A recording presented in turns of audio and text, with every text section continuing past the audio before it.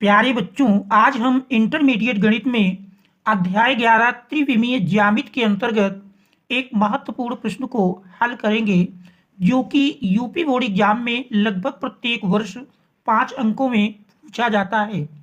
देखिए, प्रश्न दिया है, रेखाओं vector r equal to i cap plus 2 j cap minus 4 k cap plus lambda 2i plus 3j plus 6k तथा vector r equal to 3i cap plus 3j cap minus 5k cap plus mu into 2i cap plus 3j cap plus 6k cap के बीच की न्यूनतम दूरी ज्ञात कीजिए। तो देख रहे हैं, दो रेखाओं के समीकरण दिए हैं और दोनों रेखाओं के बीच की न्यूनतम दूरी ज्ञात करना है। तो सबसे पहले दी गई रेखाओं की मानक समीकरण से हम तुलना कर लेंगे। तो vector r equal to vector a1 plus lambda into vector v1 तथा vector r equal to vector a2 plus mu into vector v2 से तुलना करने पर सबसे पहले दी गई रेखाओं की इन रेखाओं से हम तुलना कर लेंगे। तुलना करने पर देख रहे हैं, वेक्टर a1 इक्वल टू मिल जाता है i plus 2j minus 4k I cap plus 2j cap minus 4k cap. और देख रहे हैं वेक्टर v1 का मान 2i cap plus 3j cap plus 6k cap. इसी प्रकार दूसरे रेखा से तुलना करने पर देख रहे हैं, vector a2 equal to 3i cap plus 3j cap minus 5k cap. और vector v2 equal to 2i cap plus 3j cap plus 6k cap.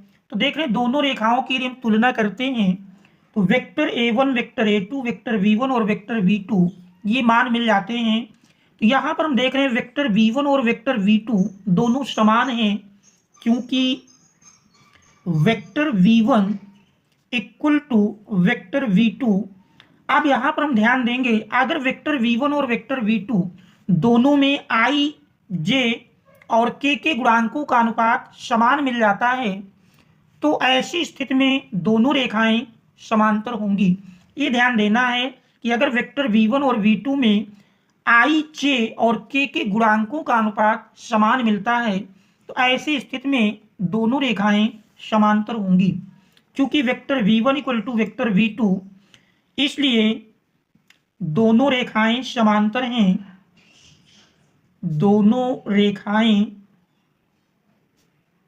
समांतर हैं। और देख रहे हैं, समांतर की स्थिति में दोनों रेखाओं के बीच की न्यूनतम दूरी का फार्मूला थोड़ा सा चेंज हो जाता है। तो देख रहे हैं, यदि हम दो रेखाओं के मध्य या कहें दो समांतर रेखाओं के मध्य न्यूनतम दूरी का फार्मूला लिखें, दो समांतर रेखाओं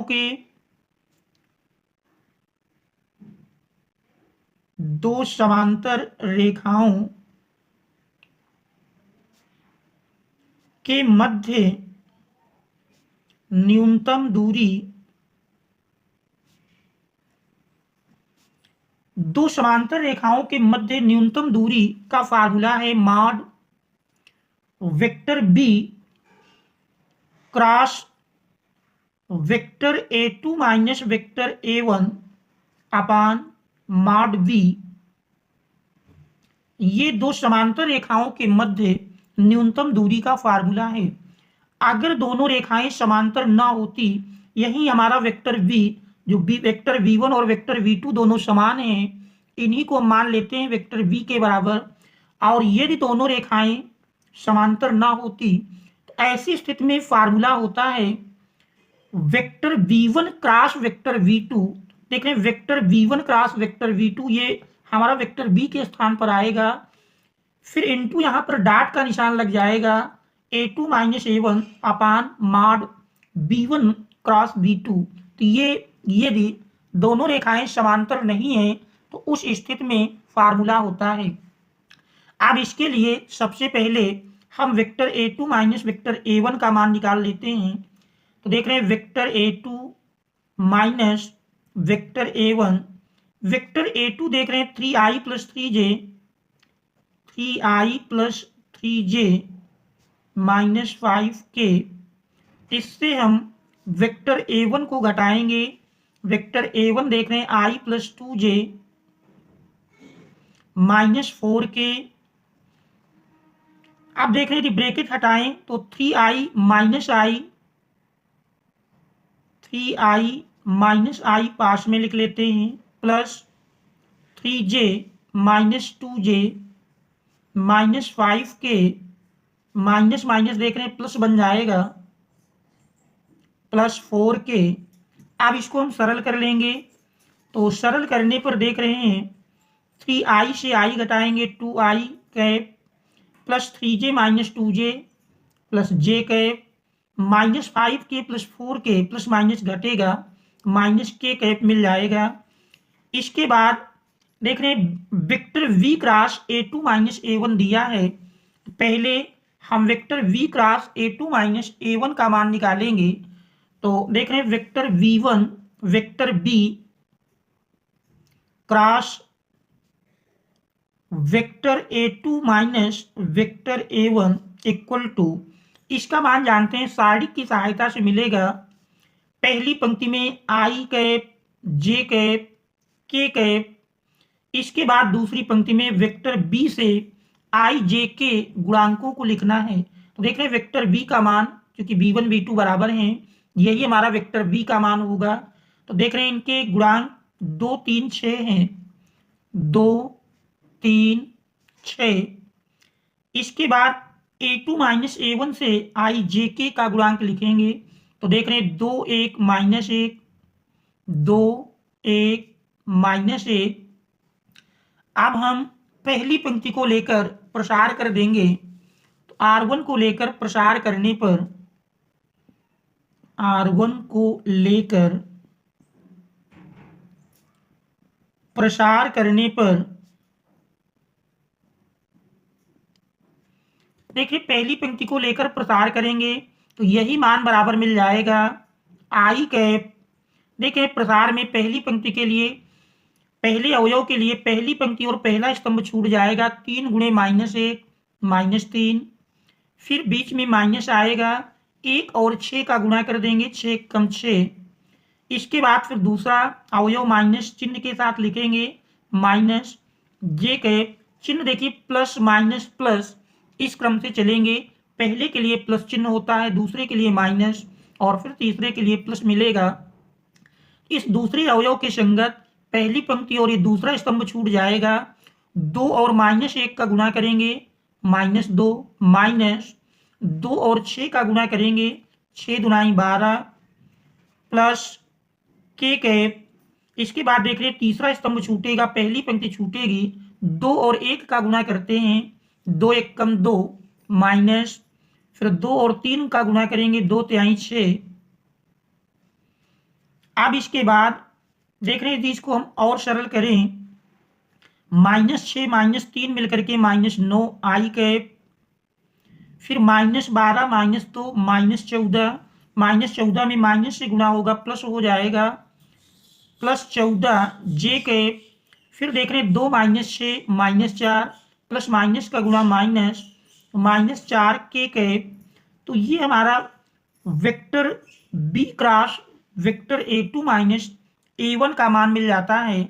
और यदि हम इसका मापांक निकाल लें तो देख रहे हैं इसका मापांक निकालेंगे, mod vector v cross vector a2 minus vector a1 equal to, मापांक में देख रहे हैं अंडर रूट माइनस 9 का स्क्वायर प्लस 14 का स्क्वायर प्लस माइनस 4 का स्क्वायर। सरल कर लें, देख रहे हैं माइनस 9 का स्क्वायर 9 9 81, 14 का स्क्वायर 196 और माइनस 4 का स्क्वायर 16।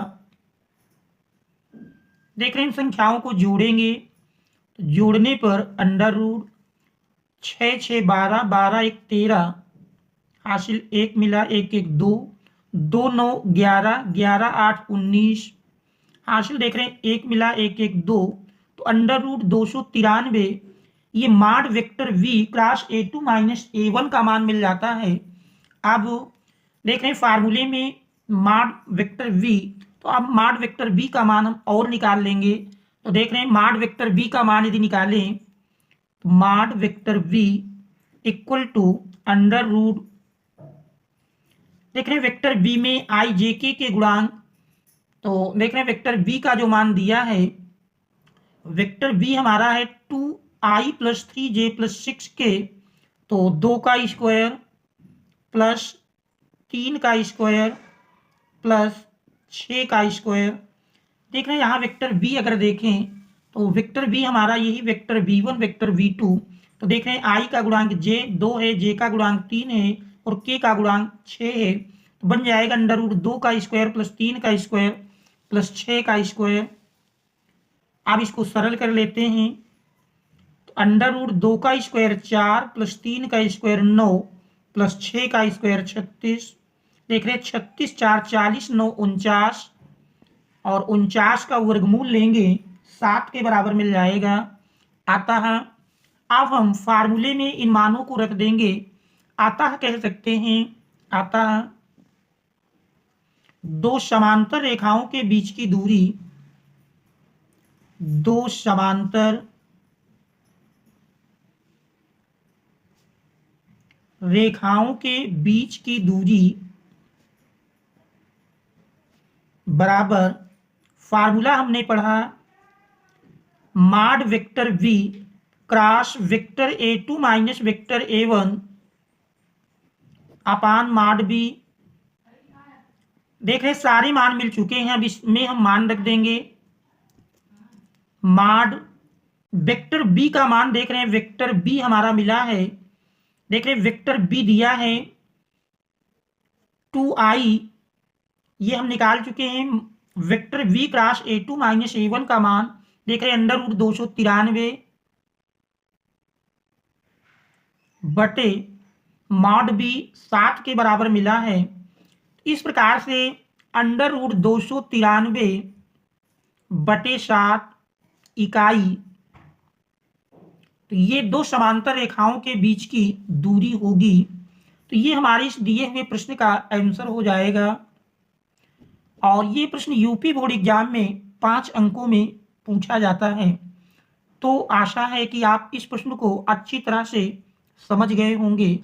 फिर भी कहीं कोई समस्या आए तो कमेंट्स के माध्यम से अवश्य अवगत कराएं। Thanks all of you for watching.